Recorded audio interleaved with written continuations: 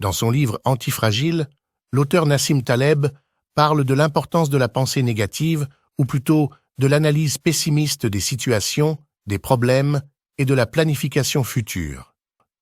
Il donne l'exemple de l'analyse des entreprises réussies et essaie de comprendre les raisons qui ont permis à ces entreprises de grimper haut en bourse. Il présente 2 méthodes pour effectuer cette analyse. La première est la méthode traditionnelle qui vient à l'esprit en premier, où l'on note tous les points positifs, les bonnes décisions et la politique interne adoptée par ces entreprises, y compris leur méthode de recrutement, l'ambiance de travail, les avantages, ainsi que les aspects financiers, les politiques d'emprunt et d'investissement dans le développement et l'acquisition.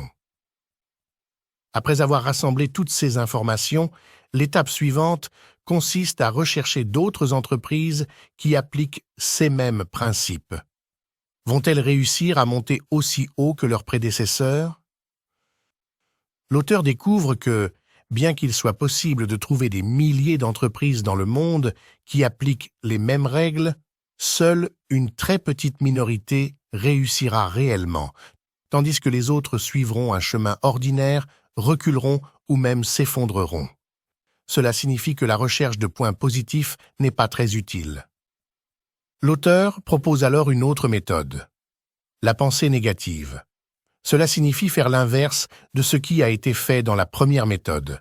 On recherche les mauvaises choses et les erreurs désastreuses commises par les entreprises qui ont payé le prix fort, comme des investissements imprudents, des licenciements massifs, des fraudes financières, et ensuite, on évite toutes les entreprises qui commettent l'une de ces erreurs. Selon l'auteur, cette méthode est beaucoup plus efficace que la première. L'idée est que même si une entreprise fait tout parfaitement, une seule erreur peut détruire sa trajectoire. Lorsqu'on parle de personnes réussies dans leur domaine, notamment les milliardaires, on cherche souvent leurs habitudes quotidiennes et ce qu'ils ont fait et continuent de faire. Ce sujet est très populaire sur YouTube et attire les gens. On peut trouver certains points communs entre eux, comme le fait de se lever tôt, la passion, et le fait d'avoir été à Harvard ou Stanford. Mais si l'on réfléchit un peu plus, chaque individu a suivi un chemin différent et adopté des habitudes et philosophies différentes, rendant impossible de trouver une recette magique pour arriver à leur succès. Mais bizarrement, si l'on pense aux choses qu'ils n'ont jamais faites, on peut trouver plus de points communs, comme le fait de ne pas être accro à quelque chose de mauvais, de ne pas avoir peur de prendre des risques, ou de ne pas faire tout par eux-mêmes. Si vous voulez appliquer cette philosophie à votre vie personnelle, ce que je vous conseille vivement, essayez toujours de penser à ce qui pourrait vous empêcher d'atteindre un objectif spécifique au lieu de penser aux moyens d'y parvenir. Si votre objectif est de réussir votre année d'études, réfléchissez à ce qui pourrait vous empêcher de réussir, comme la maladie, de mauvaises fréquentations, TikTok. Pensez aux pires scénarios et travaillez à les éliminer complètement.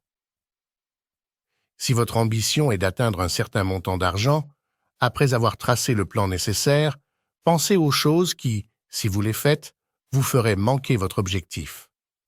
Logiquement, si vous les éliminez, votre chemin vers cet objectif sera plus clair. Il n'est pas nécessaire que cette philosophie devienne notre mode de pensée automatique, mais il est sage dans la vie de regarder les choses de manière neutre, un peu positivement et un peu négativement. De cette façon, nous devenons conscients de l'image complète du chemin que nous empruntons.